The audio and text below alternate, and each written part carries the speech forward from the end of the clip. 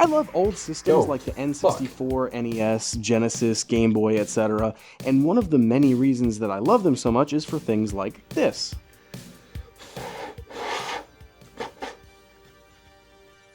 No.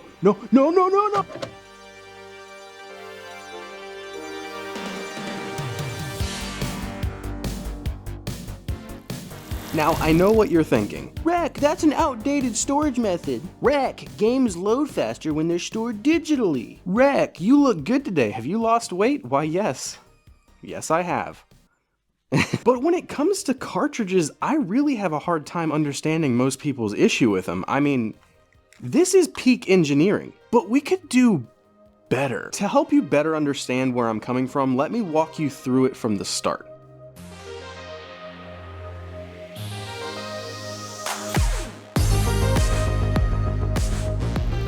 Now, you may assume that the first cartridge-based video game was actually released for something like the Atari, or the Sega Genesis, or the N64 if you're a Zoomer. But actually, the first game cart was released in 1976 alongside the Fairchild Channel F game console, with the first game released being titled Video Cart-1.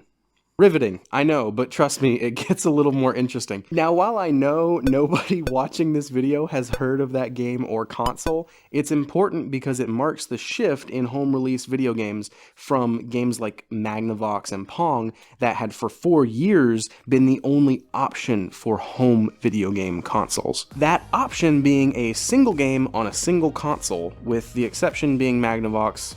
Kinda. When Fairchild came onto the scene with their video carts, it changed the way that games could be marketed and sold because it allowed people to buy one console and then play multiple games by just swapping the cartridge out whenever they felt like it. This cartridge system was then carried on for the next decade, being adopted by popular systems like the Atari 2600, Sega SG-1000, NES, SNES, Famicom, Sega Genesis, and so on. In the year of our Lord, 1988, the home game console industry was thriving. We had seen the release of innovating, genre-defining games like Pitfall, Earthworm Jim, Castlevania, Contra, Doki Doki Penguin Land, but the entire game was about to change when the company NEC Home Electronics decided to whip it out and get out the measuring tape.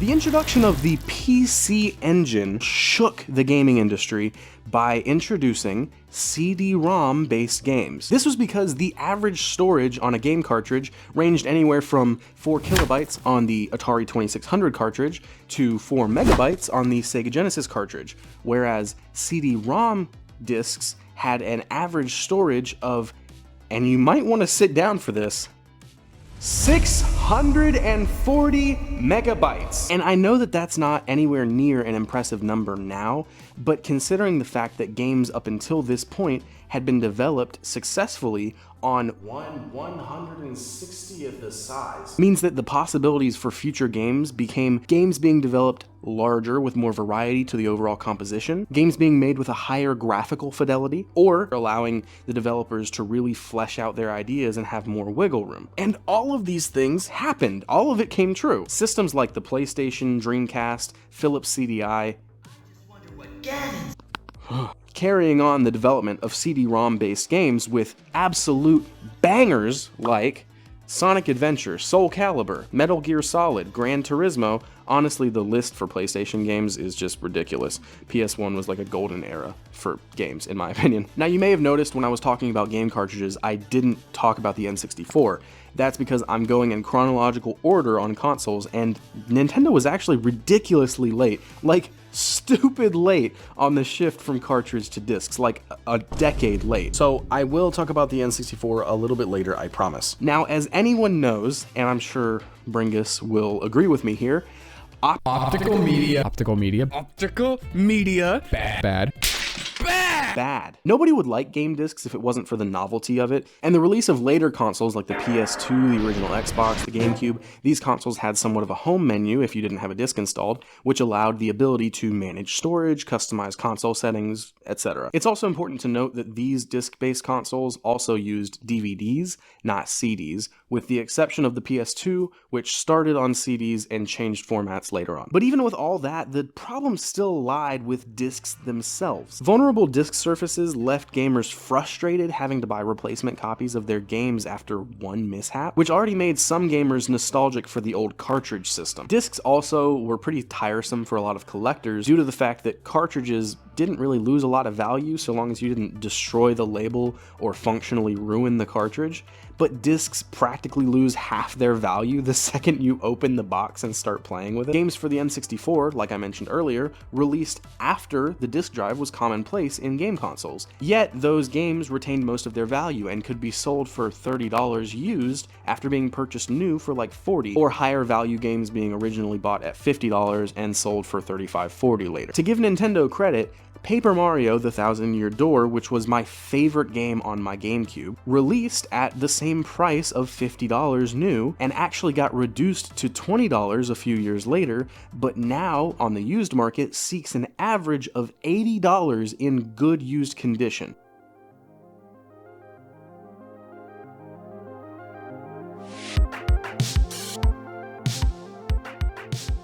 In recent years, it's been commonplace for games to be purchased digitally rather than on any sort of physical media like a disc or a cartridge. Why is that? What caused that shift? Several things, and this all ties back to cartridges. Don't worry, I didn't forget the reason I was making this video. In the last decade, game companies have been selling game discs, which essentially just act as a key that tells your console, yep, he's allowed to play X game because X disc is inserted, with almost none, or literally functionally none, of the actual game being stored on the disc. Rather, when the disc is inserted, it prompts the system to search the drive for a copy of the game, and if it's not present, it starts a download of the game. The whole game. From the game store. Why? As a consumer, I can't wrap my head around buying a disc for a game that doesn't actually contain the game when I'm going to be downloading the same amount regardless of if I buy it digitally or physically. But when you look at it from a manufacturing standpoint, it actually starts to make a little bit of sense. From a manufacturing standpoint, the less data they have to burn to each disc, the more discs they can produce at a time. That's money. And the bigger the games are on your system storage, the less games you can have installed at one time. That's eliminating competition. And with digital purchases not being your property anymore, which if you don't know about this, look it up, it's fucked, there's no incentive for game companies to invest in physical games when they can just revoke your access to digital games whenever they see fit. But let's get back to the topic of cartridges for a moment. I did get a little sidetracked for a moment there, sorry.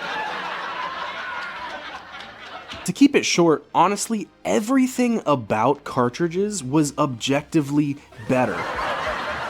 Especially considering the advancements made to solid-state storage in recent years. But I am getting ahead of myself, hold on. Let's do a little team building activity here. Let's do a pros and cons list for cartridges. For the pros, cartridges are durable and extremely easy to repair when there's physical damage to the shell, especially given the advancements in 3D printing in recent years as well. Cartridges are very easy to use, they have fast loading times, they're portable, and it has that new game smell, you know? Okay, now for the cons. None, not even one, literally none. Oh, now obviously I'm joking. The extremely limited storage capacity of previous cartridges, as well as the limited ability to patch or update the games being significant downsides, as well as the massive amount of space you would need to store all of your cartridges. But what if I told you that I have a solution that fixes all of those things, and it might seem a lot simpler than you thought?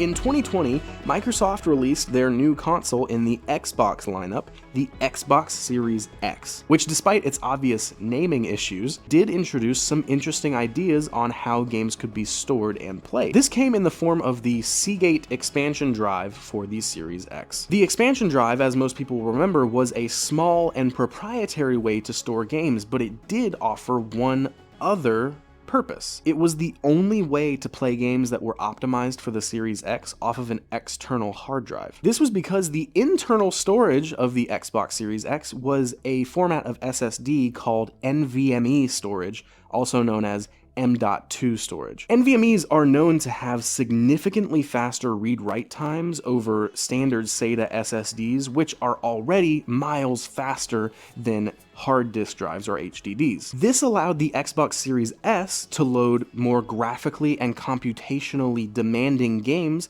much faster due to being able to take advantage of the insane read-write speeds on the M.2 data buses. Because of this, however, the normal method of storing your extra games on an external USB storage device didn't work for playing certain games off of that storage device due to the USB data bus being miles slower than the NVMe alternative. This meant you could store your games on a drive externally, but you couldn't play the games off of that drive. You had to move them onto the internal storage first to play them. However, that was not the case for the Seagate expansion cards. The expansion cards are actually small proprietary NVMe storage chips in a shell that allows it to be plugged into a proprietary port on the back of the console, which was connected directly to the NVMe data buses, allowing games to be stored on those cards and played directly off of them. Does that sound familiar? From a gamer's perspective, I would pay the same $70 price tag or even $80 price tag that they charge for empty game discs now for a game that came on a small game card like the Seagate expansion card. This would solve the space issue because even games that were 200, 300, 400, 500 gigabytes could be stored on a device no bigger than a flash drive, and it would allow high-fidelity games to be played instantly from the cartridge directly on the device due to the high transfer speeds of the M.2 data buses. Making game consoles use removable game cartridges would also reduce production cost as well by removing the necessity for a disk drive, which consoles like the PS5 Pro and the Xbox Series S have already taken the liberty of removing anyway. Companies could also continue making proprietary cartridges too, with digital safeguards to prevent people from using Xbox cartridges with PlayStation consoles, and this would mean that they could load the entire game on the cartridge in no time flat, making production fast and cheap, with the added bonus of gamers being able to pop the cartridge in and play the game immediately. Would this be a solution that most people could get behind? I think so. Is this a solution that console companies would get behind? No. I don't think so. Why allow gamers to hold the product that they're purchasing from you if it doesn't make you any extra money? Why allow consumers to own the product they're buying if it limits your control?